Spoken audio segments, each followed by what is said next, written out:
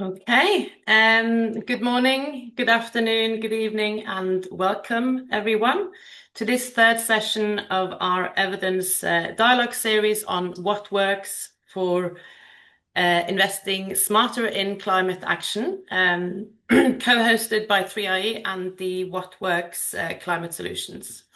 I'm Bertha Snilstveit. I'm the Director of Synthesis and Reviews at 3IE and head of our London office.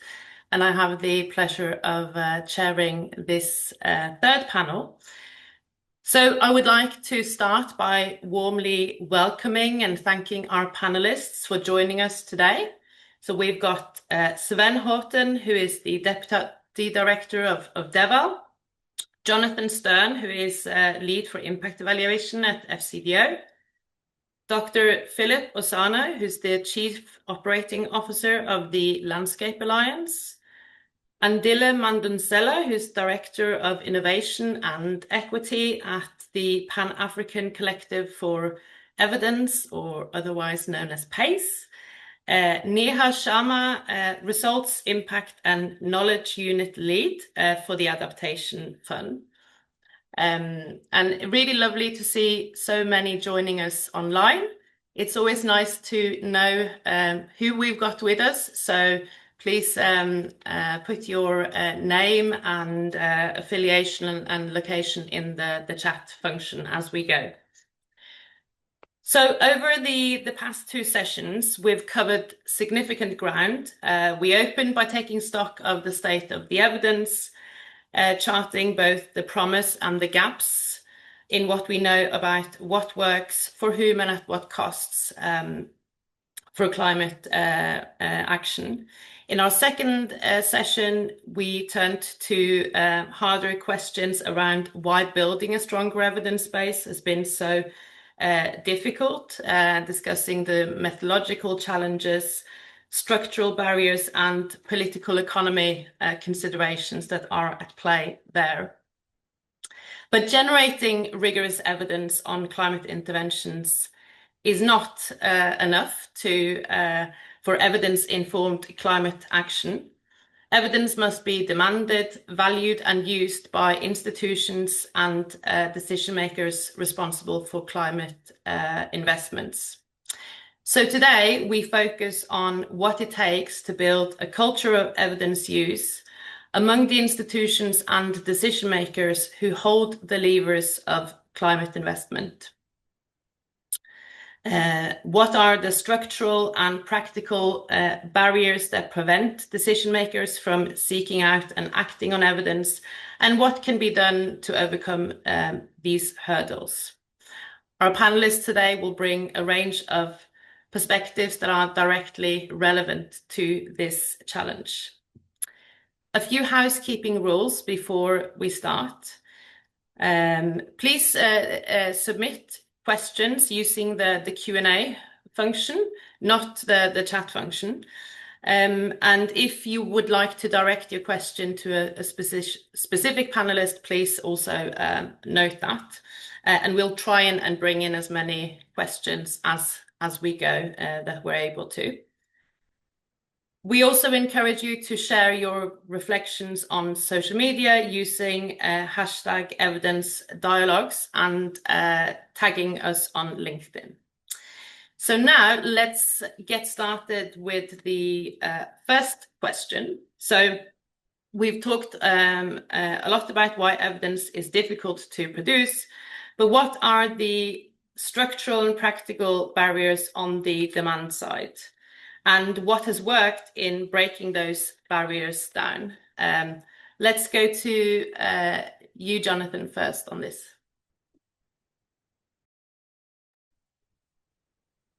Thanks so much, Berta. Hopefully you can hear me well. So first, thanks for putting on this important series and this event in particular. It's great I think it's an important time to be having this conversation. So to start with, the FCDO Research Commissioning Centre recently put out a paper on this exact topic. I'll put a link in the chat. It's called Understanding the Use of Evidence in Policymaking, Informing a New Research Agenda in Sub-Saharan Africa and South Asia. And the paper confirms all the things you just mentioned around capacity, time pressures, incentives. And you could broadly map it onto what behavioral scientists call a COM-B model. So this is capability, opportunity, and motivation. You need all three of those things for people to act on anything, including evidence. So with the capability side of things, this could be like skills, time to understand the evidence, operationalize it, or the capabilities it takes to articulate and persuade senior decision makers. And I'll come on to that a bit in a minute. But the opportunity and motivation side are then very sort of interlinked. And this can relate to organizational structures, incentives, culture, and policy context. There's a very interesting book by Mark Lowcock and Ranald Dissanayake called The Rise and Fall of the Department for International Development, which was the predecessor to my current organization. And it talks about how DFID consciously and deliberately built a set of cadres of evidence advisors, people who are technical leaders in their fields, who could then roll out development programs, and that included climate programs. If you staff an organization with people that value and understand evidence, that's going to help you to use it. And then so much more so if you have seniors in an organization who also value evidence. But the political economy here is absolutely fascinating. I was really struck by a paper by Stefan Durkon from a couple of years ago, where he talks about, and I can put a link in the chat also to that, why was one laptop per child scaled up, even though rigorous evidence had been brought out showing that it did not work?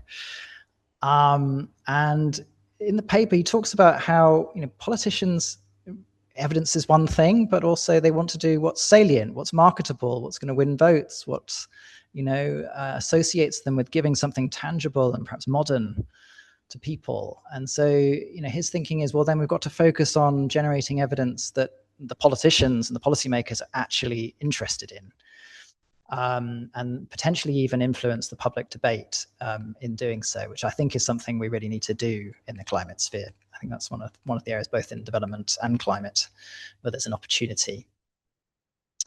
Another factor that's not well understood by researchers in particular, I find, is that policymakers value evidence which is really close to them. We can think about the generalizability puzzle, and it's got to be the right geography and the right policy. But actually, a policymaker probably values evidence the most if they've actually been part of producing it themselves. And I'll come onto that a bit later. But I wanted to say, one thing we do through the program that I run in FCDO, it's called the Strategic Impact Evaluation and Learning Program, which is about producing impact evaluation evidence, partnering up policymakers with researchers from around the world. So we do really try to address this training gap, and we do other things that I'll come on to perhaps in my later answer. But we do training on sort of how you understand, use impact evaluations, what these things are. But also we train people, so these are FCDO staff out at posts and in the UK, on how to find good evidence. What are systematic reviews? Where can you find them? What are the best buys, which is FCDO's own version of evidence synthesis? And what are the major organizations like 3IE, JPAL, IPA, and others putting out there? And how can people use it? And we get very strong feedback on that element of the course. People are not aware of where all this stuff is and where the good evidence is. And so that's just a very basic first step, I think, to getting at this evidence use problem that we're hopefully doing something about in FCDO. But I think there's a way to go, and there's more to discuss as we go through. I want to say one final thing, which is, the UK, like other donors, there are cuts to our international aid, including our climate funds. One thing is we're seeing a greater proportion of those funds going through the multilateral organizations, where I think there are really good examples of the use of and generation of rigorous evidence. But I think that's where perhaps a lot of the focus is going to go now, is how can we establish, what's really effective spending through those large organizations looks like, at least from a UK perspective. That's all I'll say for now. Thanks so much.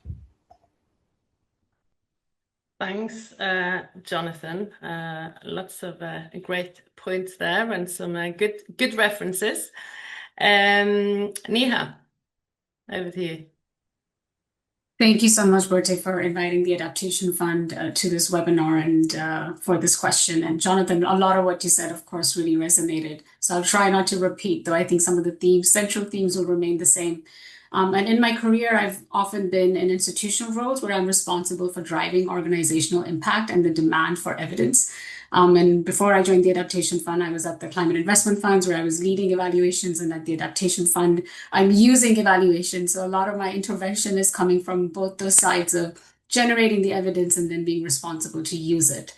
Early on in my career, I produced a really excellent report and evidence, and then I think this evidence is so good, it's so compelling. Why isn't it leading to the actions that are so obvious once you read this set of recommendations?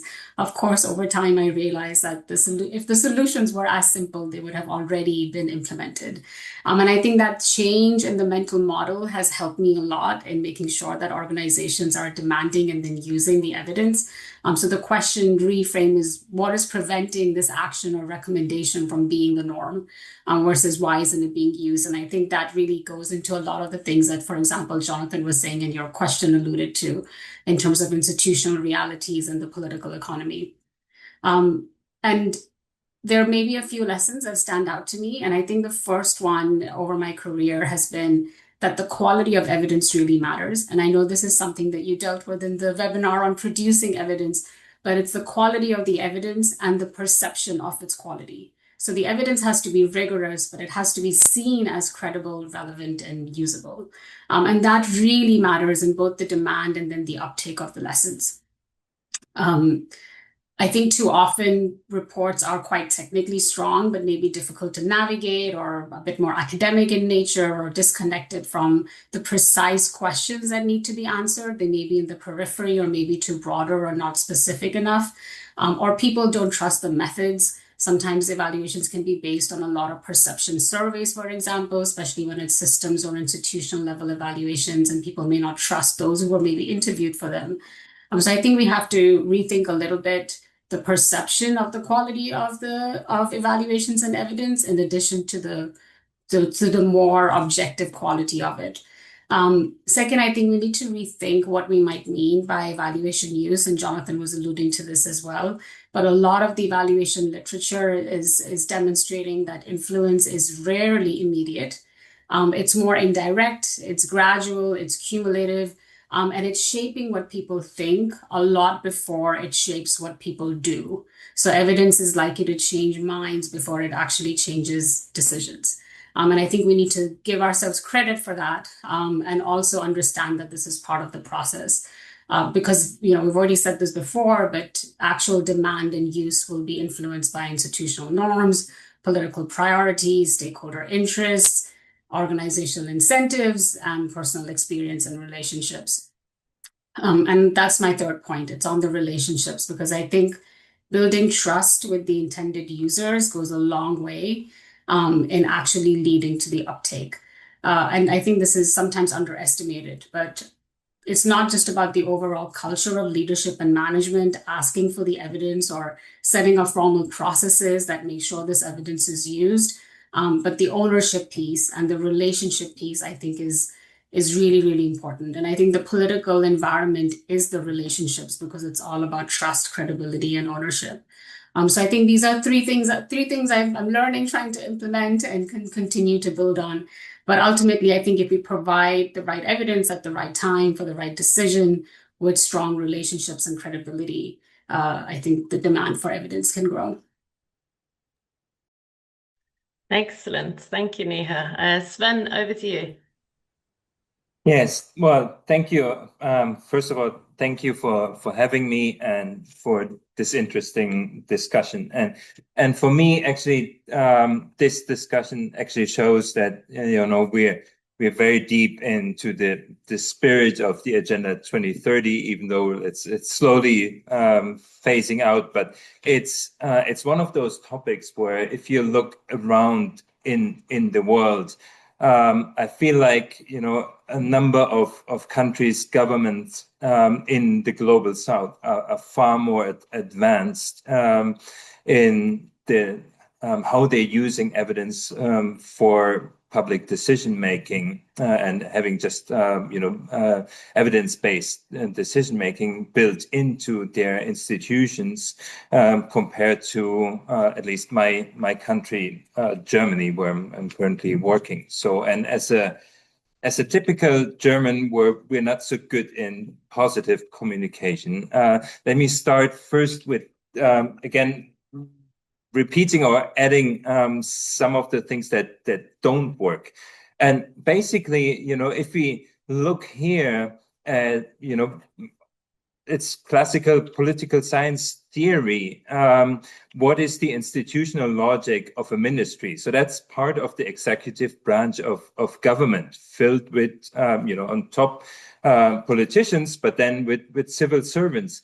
And the executive branch does not take its legitimacy from quoting research, from using research, right? Their source of legitimacy doesn't come from sort of the most sophisticated research-based decision-making. Of course, nowadays, when we get pressures to become more efficient and so on, that comes from the sideline. But as a core, you know, for civil servants, this is nothing really they worry about, right? I mean, for most people in the executive branch, their work life, as you know, busy they are, I mean, they're moving a lot of money. Most of the time, they need to hit certain indicator targets, and at least here, you know, they're very risk averse, and they're you know, big part of their job is to avoid scandals and highlight potential risks. And having, as Jonathan and Neha pointed out, having access, it's relatively, or it's quite irrelevant. And using evidence is not built into those routines. So how can we start from this, you know, very challenging situation and come to a place where it actually works? I'm not going to repeat some of the points, you know, the relationships really clear, understanding political economy. And Neha, thank you for your point on credibility of evidence. In addition, I would say, and this is what we've learned from working in evaluation capacity development, ECD, for the past 10 years, from countries that are quite advanced, such as Costa Rica, Colombia. They built learning agendas for their institutions. So where they define from top down most of the time, what are the learning questions they want to answer. Now, how do they build those learning agendas? Well, they look at the theories of change that they have for their programs, and then they ask their own specialists to tell them, okay, where in those classical theories of change for the big programs, where do we actually have evidence? Sometimes they conduct evidence gap maps and find out where the gaps are, and then they map it to their theory of change, and then they see, okay, where are actually our strategic gaps, and where do we need to learn for so that our theories of change are actually based on evidence. And then they create evaluation agendas and fill this with monitoring schemes, so that you need to have a project of institutional change. That's very hard to do, but sometimes, you know, it works with far-sighted political leaderships. And then in addition, which was also mentioned, but let me just rephrase it slightly, you need to wire this into the incentives. So you need to make the use of evidence a required step, build it into those routines that the institutions have, and especially not just, okay, tick the box, use evidence, but create the conditions. So people need to get time to pause, to look at the evidence, pause, then reflect, what does it tell us, and then given the time to adapt. Now, in the current climate, with mounting pressures on budget and so on and so forth, this is politically quite a hard thing to do. But at the same time, and that goes back to my initial point of being very risk averse, it actually fits well into an institutional logic, because if they look now into what is the biggest risk, well, the biggest risk is that they're pressured on explaining how they're spending the money, where they're spending, and if they don't have convincing answers, they face big budget cuts. So actually, I think there's quite a good rationale to build this into institutional structures, as we've tried to do together with our colleagues in Costa Rica. Thank you. Let me stop here. Excellent. Thank you. So we're going to move on to our next question. So how does it look like in practice then to systematically embed evidence requirements into climate funding and programming cycles? Can you share some examples from your experience of models and mechanisms and incentive structures, and how might that replicate in the climate sector if the example is not from climate? So we'll go to Dr. Philip Ozano first. Thank you so much. Beatrice, can you hear me? No, I think, so first let me just say that, I work for the Landscape Alliance, which is, SIF and ICRAF, in action. We work mainly in agroforestry, forestry, land, and climate action. By the nature of our work, because we are a research institution, I would say that we really fall much more in terms of the supply side, in terms of evidence. However, I think one of the things I could say that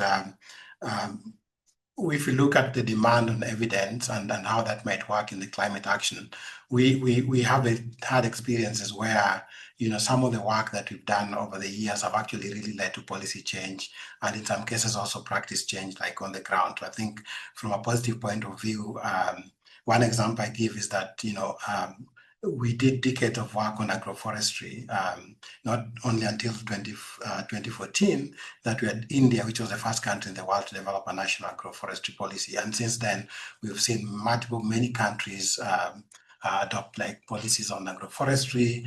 Rwanda has done one, Ethiopia, Cameroon. But besides that, also we've seen that happen also in the forestry sector. So I think it's a question where having the right evidence in the right place at the right time can sometimes really make a difference.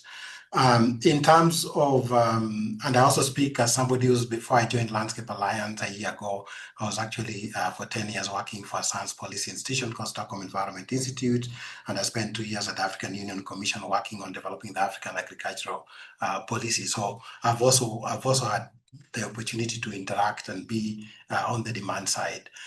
In terms of looking at what are the barriers, what really makes it difficult for evidence to inform, when it comes to climate financing, I think that there are two things that I think need, from a structural perspective, that we need to address. The first one is the mismatch when it comes to time scale, but also geographies. So a lot of climate funding that we get, particularly in terms of generating evidence, are usually cyclical in 2, 3, 4, 5 years, Yet the change that we need from a policymaker's perspective or funder's perspective is a long-term scale.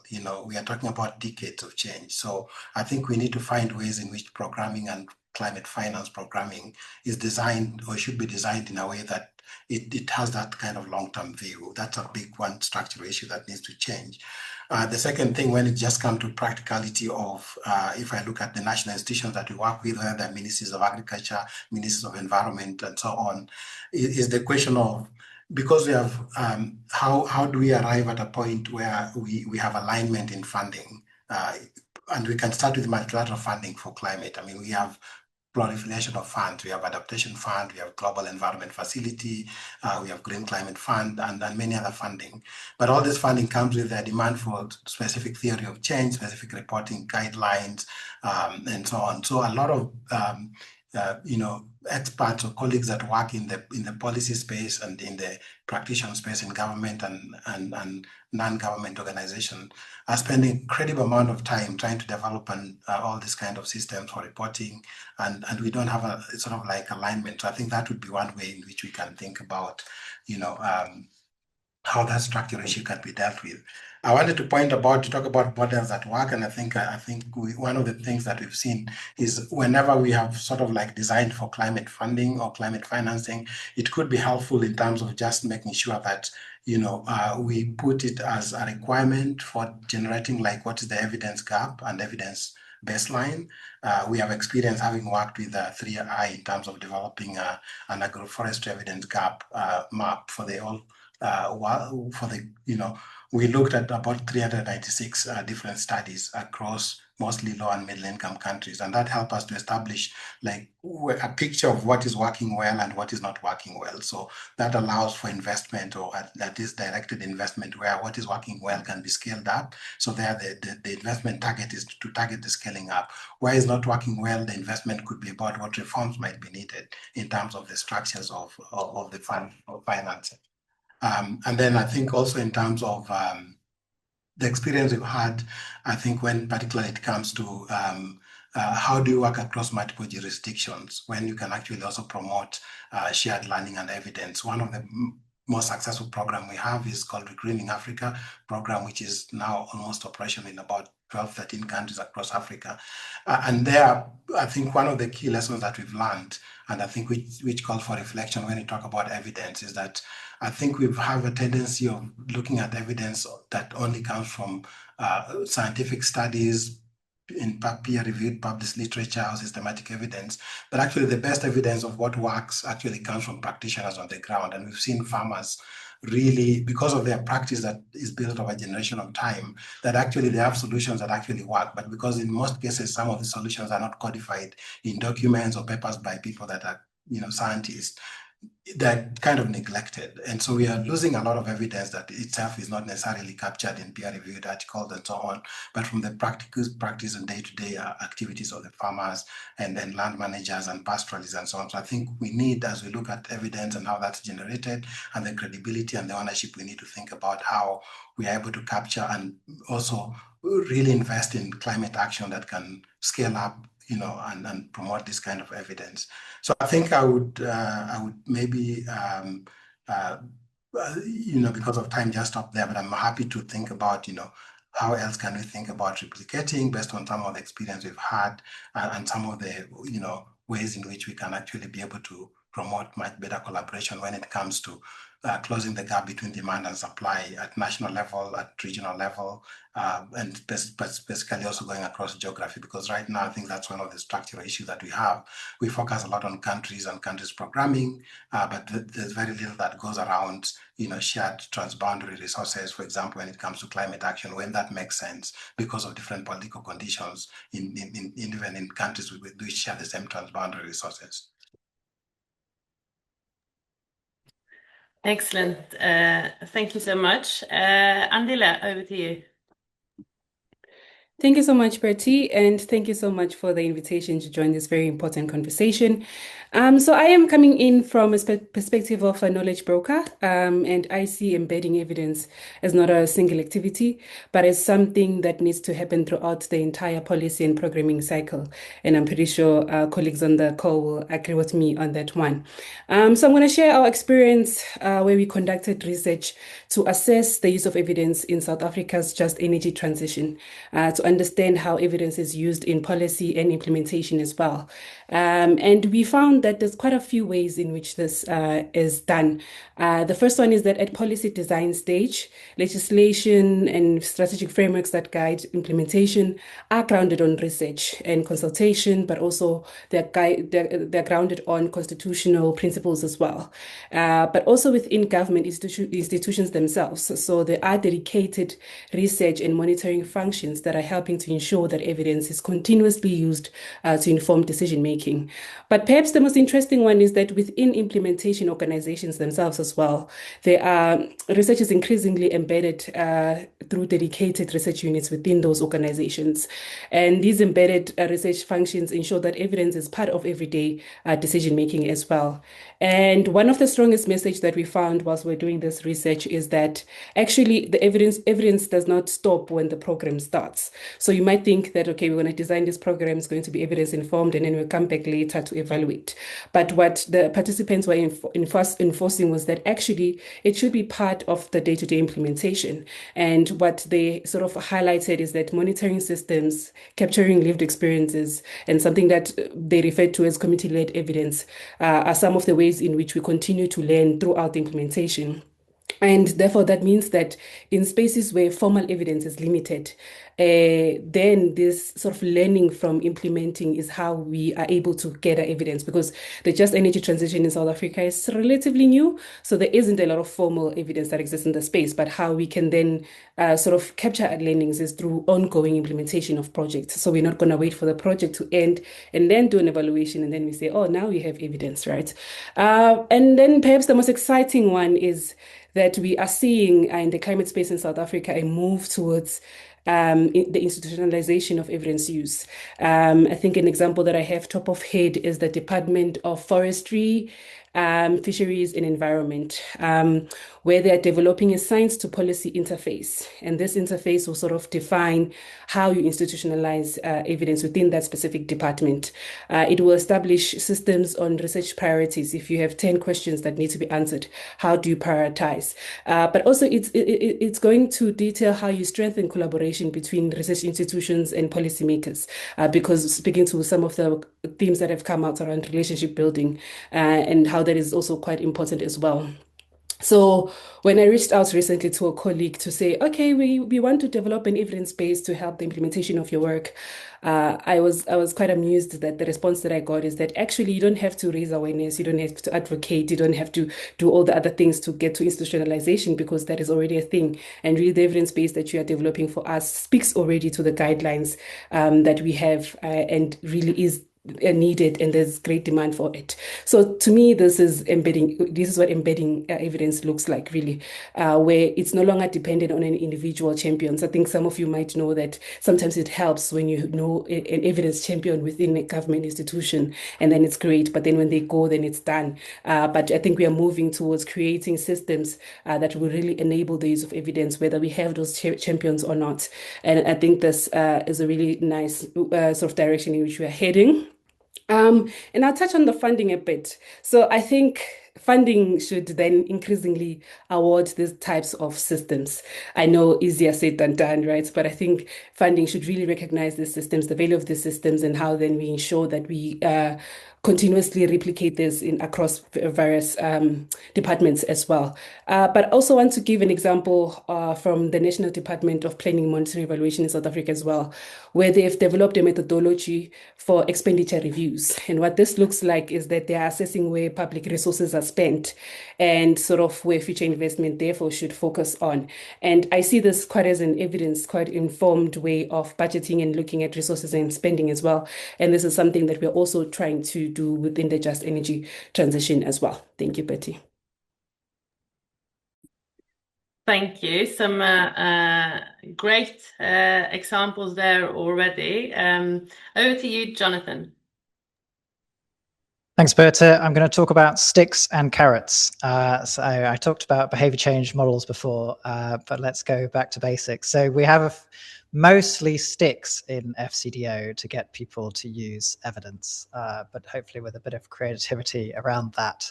So to tell you a bit about the inner workings of our bureaucracy, So international climate finance, like any kind of major spending that our ministry does, business has to have a business case that sets out the rationale, why we're doing it, what we plan to do, and includes a section on monitoring and evaluation.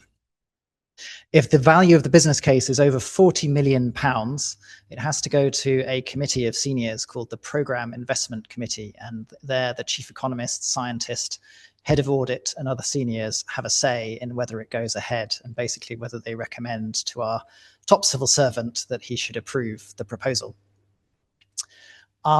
In the business case template, there is also a requirement that people reference the best buys. I mentioned those earlier. So those are basically summaries of rigorous evidence on topics which we produce internally.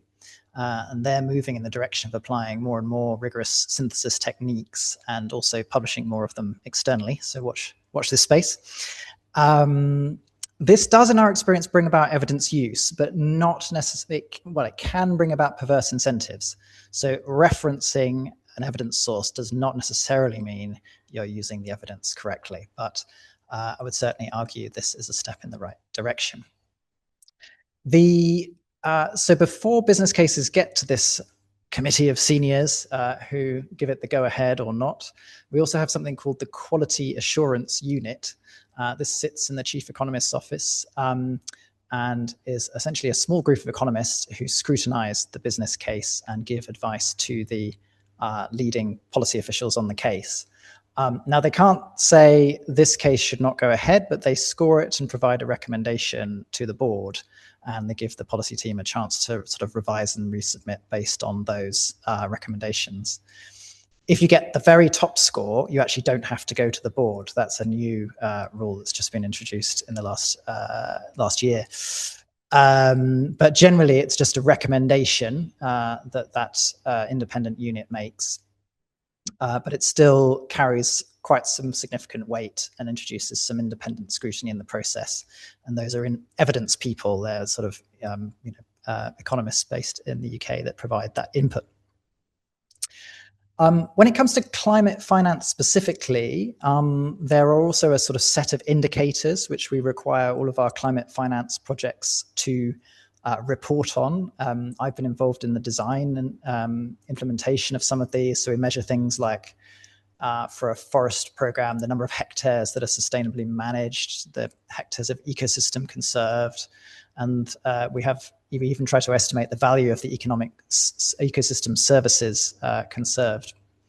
Now, of course, I'm drifting into evidence generation here, and you might be asking, well, why? But I actually think that has a really important role in this process. So we're asking people there to generate and use evidence. And I think this speaks to that point I made earlier about people trusting the evidence they make themselves the most. But that's something people are required to do. So that's also one of the sticks. If I come on to the carrots, so the Strategic Impact Evaluation Learning Program that I mentioned earlier, and there's a link in the chat, that teams up researchers with policymakers to actually generate impact evaluations on questions which the department has deemed to be pressing. And we also have sort of learning agendas in a process that's a bit like the one that Sven set out for some of the Latin American countries. And we've been able to generate 4 high-quality impact evaluations to date. So we're still quite early in our progress, but we've been working on climate, conflict, growth, and humanitarian with strong technology and gender components in those evaluations. And the idea is that this really gets buy-in from policymakers, because we actually help enhance the rollout of programs as they go. So we help inform implementation decisions, mid-course corrections, scale-up opportunities, as well as influence potentially other FCDO programs or even global initiatives. And we recruit through sort of regular EOI rounds where we go out to the department, do a lot of publicity and engagement, and anyone in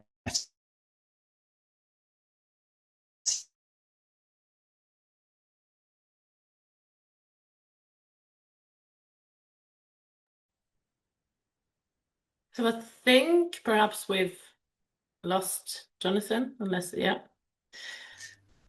you actually change the nature of policymakers' involvement with evidence. So you move them from sort of passive consumers.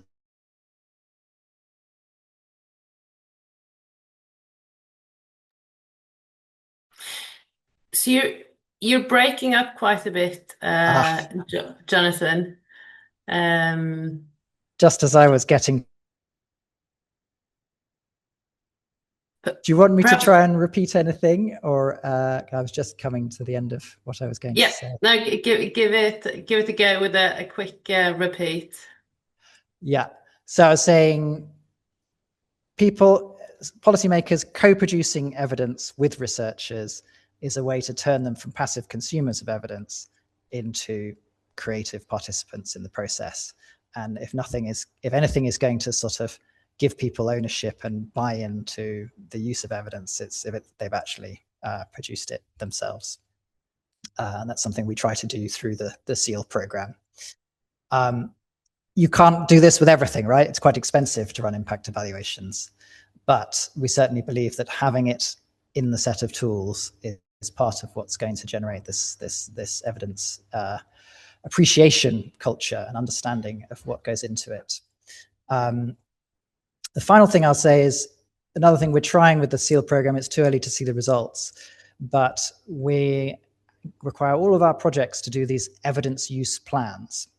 And I won't go into detail what they are, but what we're exploring is getting the policymaker to pre-specify, depending on the results of, say, a randomized trial, they'll do decision X or decision Y. So we can't necessarily pre-commit people because there are politicians and other people involved in this decision-making process, but we can get the policy decision maker to at least consider and say, well, based on a positive result of this evaluation, I think I would do this, and something else in the case of a negative result. So really getting people to think in advance about what the use of that evidence is.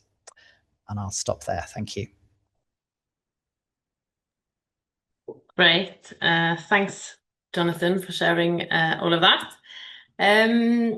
So the evidence ecosystem for climate action is not yet equitable.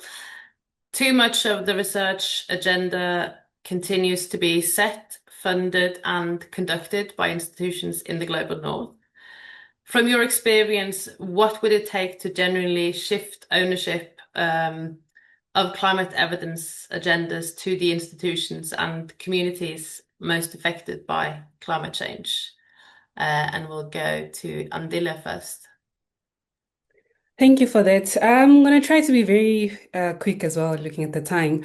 But the first point is that I think we need to stop assuming that organizations in the global South or in Africa need capacity building. We have all the capacities. I think my work in South Africa and across the continent of Africa as well shows that we have all the capacities, research capacities, and also our institutions also have those capacities as well.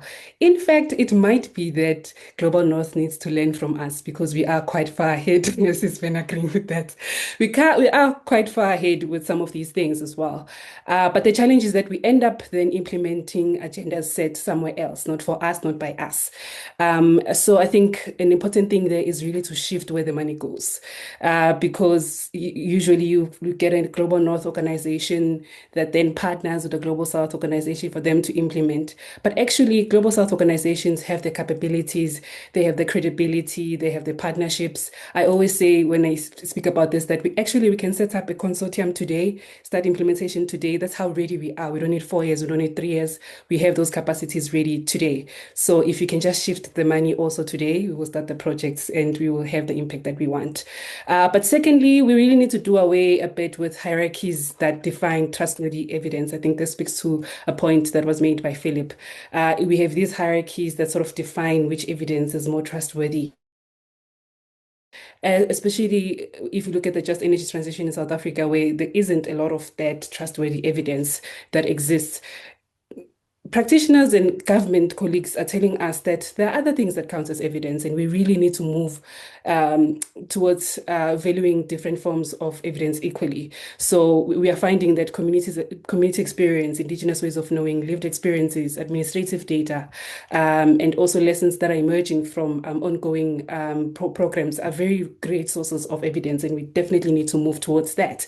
And then the last one, I'm going to be a bit biased here and say that we need to invest in evidence use. I think we do quite a lot of investing in production, which is really good, right? But if we have all of these studies that are being published, but we're like, oh, this is so beautiful, and you're watching from far. How are we going to get that evidence to really inform decisions? Is through investing in those intermediaries and people that translate that evidence to ensure that it gets to use. So just investing in production alone doesn't particularly get us to a point where we want to be. So we also must also think about investing evidence use as well. Thank you. Thanks, Andile, for those great points. Sven, over to you. Yes, thank you. And I was, again, ticking off a couple of points from my list. Andile, completely agree with you. And I think we have to move away from capacity building, or then it was development, and at the minimum, it's capacity and knowledge sharing, right? And co-production. So that's one, and I fully agree also with your point on evidence use and investing in that. And there I just wanted to highlight that together with Andile and her organization PACE and at least 10 other development partners, we funded the Evidence for Climate Action initiative together also with 3IE as partner, the UK, a number of bilateral partners, UN organizations, MDBs, so that we have a platform for that gives evaluators and researchers a space, especially during the COPs, but also before and after, throughout the year, to disseminate their findings. But really what we need to do here is to use this platform, develop it further as really a platform where we can define joint research and evaluation projects and have it as a common platform where policymakers and researchers meet. So we're trying to do this at the COP, but this year hopefully it will be the second iteration in Turkey, where we need to move this forward. And I'm really glad to have some great partners into this. But let me be a bit controversial here, because I don't think I completely agree with the phrasing of your question, and I really invite my fellow panelists to push back on me. So for me, it's the main point is not shifting from one institution A in the global north to an institution B in the global south, while replicating the same power dynamics. So yes, there needs to be a shift of funding, continued shift of funding, that we see some emerging trends here, but there, Andile, I completely agree with you here. But just as sort of a blank shift, I don't think this will work if we're not coming together as a community to define joint research priorities, and then look who has comparative strength and experiences to be best placed to do this. And I guess in many cases, we'll realize some of our partners, for instance, in Africa and in Latin America, are much more capable, much more experienced, have the best research methods to do this, and then it's absolutely fine. But I think in some cases we'll also find that certain established institutions, wherever they are, might just fill the niche to do an excellent research project. So credibility of evidence and credibility of research should be defining where funding goes, not just sort of the geographic location. And I would also say that again, we can have those beautiful research projects, but where are those feeding into? And we should have as a common goal that evaluations in particular are becoming to a considerable extent country-led, which means that where the country where interventions are actually happening, using evaluations to look at the interventions, doing research on the impacts bilateral and multilateral development partners are having in their countries. So in that space, on the evaluation side of things, I fully agree that this old model where development partners from the global north come and conduct research, do evaluations, is outdated. We need to have country-led evaluations where countries really critically assess the projects.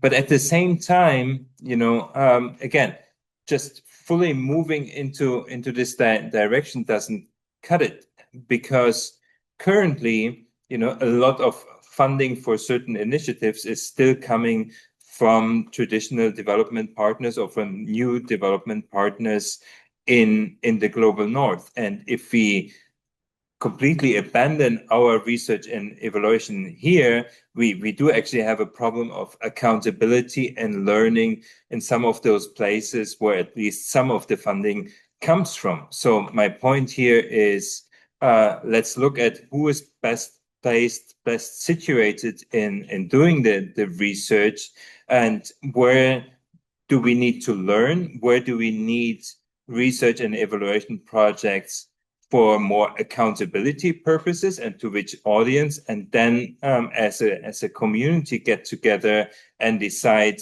how to do this, rather than sort of a blank check for moving into one direction or the other, because we, in the current political climate here, we do need a strong evaluation function, at least in my country here in Germany. Thank you. Thanks, Sven, and Dil, I might ask you to come back on this in a bit if you want to. Philip, over to you. Yeah, thanks. I think, for us, one of the things that we see is that, evidence and evaluation doesn't just come from research. We kind of, the domain of our work, we have funding that comes mainly for research, which comes from research granting councils, because, the mandate of those councils is to fund us for research. But we also have considerable amount of funds that come for us to support development work based on the research that we have and knowledge that we generate even from development. And I think one of the lessons we learn, of course, it's not very easy to have this dichotomy of southern and northern institutions, because, for example, Landscape Alliance, we are a global organization, but mainly in the south, with headquarters in Indonesia and Kenya, but present, with country offices in 27 countries in Latin America, Asia, and Africa. So even though we are a global institution, we have presence and work considerably in the global south. But that means, of course, that in every country that we work with, part of what we do is actually try to establish very strong partnership with national institutions or national systems of research when it comes to agriculture. Many countries have national agricultural research institutions. We work a lot with universities, national universities, and so on. So that's one way for us to be able to make sure that part of the agenda that we do when it comes to development intervention or research also really brings in the perspectives, national perspectives that reflect national priorities, because the national research institutions, of course, have their own national priorities.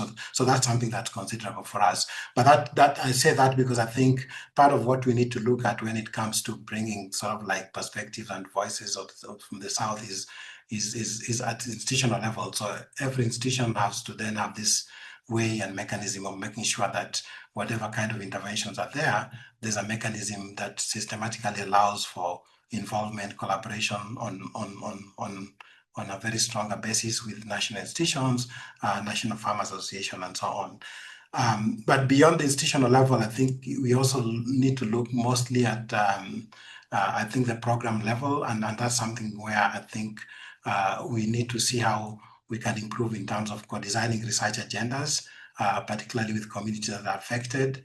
How do we make sure that, we can have long-term engagement? Earlier on, I talked about, this short funding cycles of 4 or 5 years, but the need to be present in a very long, for a long period of time. So that's something that needs to be looked at. And I think the example I can think of maybe right now, one of the partner institutions that we work with, the Science for Africa Foundation, is trying to do that in terms of just trying to see how they can come up with a research agenda that can provide funding to most African institutions to allow them actually to not just bring in the perspectives and involvement of affected communities in both urban and rural areas, but also, provide some kind of long-term presence around funding, because that's the model that allows you to build trust with the local communities, and for them to be able to feel your value and presence that you can then be able to do when you generate and co-create work with them. And then, of course, I think this has been we talked about. I really appreciate sort of like the discussion about some governance level, maybe changes that needs to be looked into. How do we sort of like make bilateral funding programs or even multilateral funding programs much more flexible in terms of accommodating the needs of actors in the global south, because obviously there's limited funding in the global south, but actually there's also a lot of they bear the greatest brand when it comes to impact of climate action. So I think that's something that maybe, I know conversations are happening, but I think changing, or at least finding ways in which flexibility on multilateral funding and even some of the bilateral funding can actually be looked into. But just to also say that in many of the countries where we work, we're actually also seeing some increase in domestic investment in research. The positive side of that is you see that happening with government funds, but also that some private sector foundations are also coming up that actually also investing quite a lot in terms of supporting supporting research for climate action, which of course creates demand for the evidence that help inform the intervention. So I think that's something that could be a big opportunity to see how it could be scaled up. Thank you so much.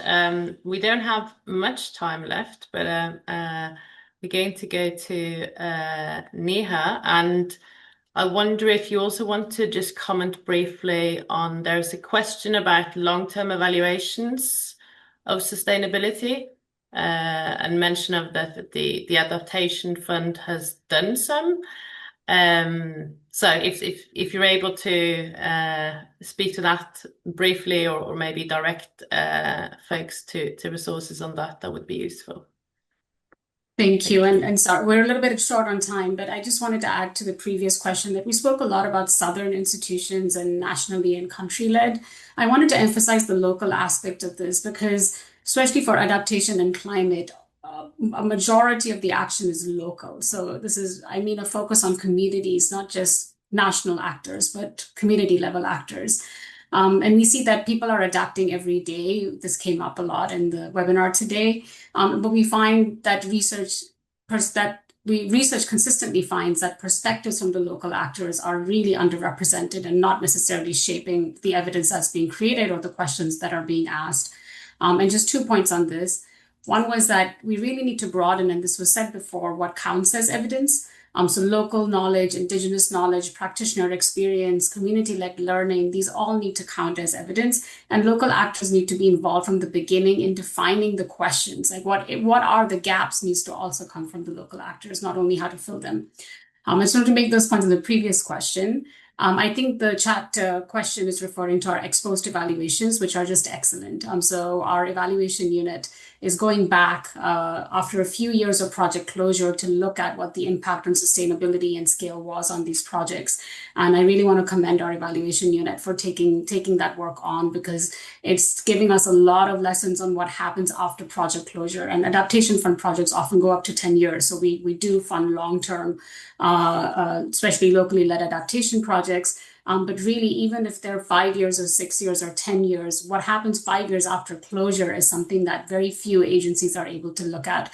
And our evaluation unit is trying to do that in a consistent way. We're out of time, so I'll end there. Thank you so much, Aniha, for being brief and to the point. So thank you all for joining us today. And a particular thanks to our panelists, Sven, Andile, Jonathan, Philip, and Neha. I really enjoyed this discussion and particularly a number of great examples that you all shared, and we will prepare various write-ups based on both this panel and the series. And so I hope that we can also share more about those examples and more widely. When we conceived of this series, our plan was to run 3 sessions, but we've been really encouraged by the engagement and insight and connection between also the organizations being involved in organizing. So our plan is to continue with additional sessions after the summer. So please reach out if you have suggestions for topics that you would like to see covered, and including also if you'd like to join us on the panel. So watch this space, and thank you again so much for joining us.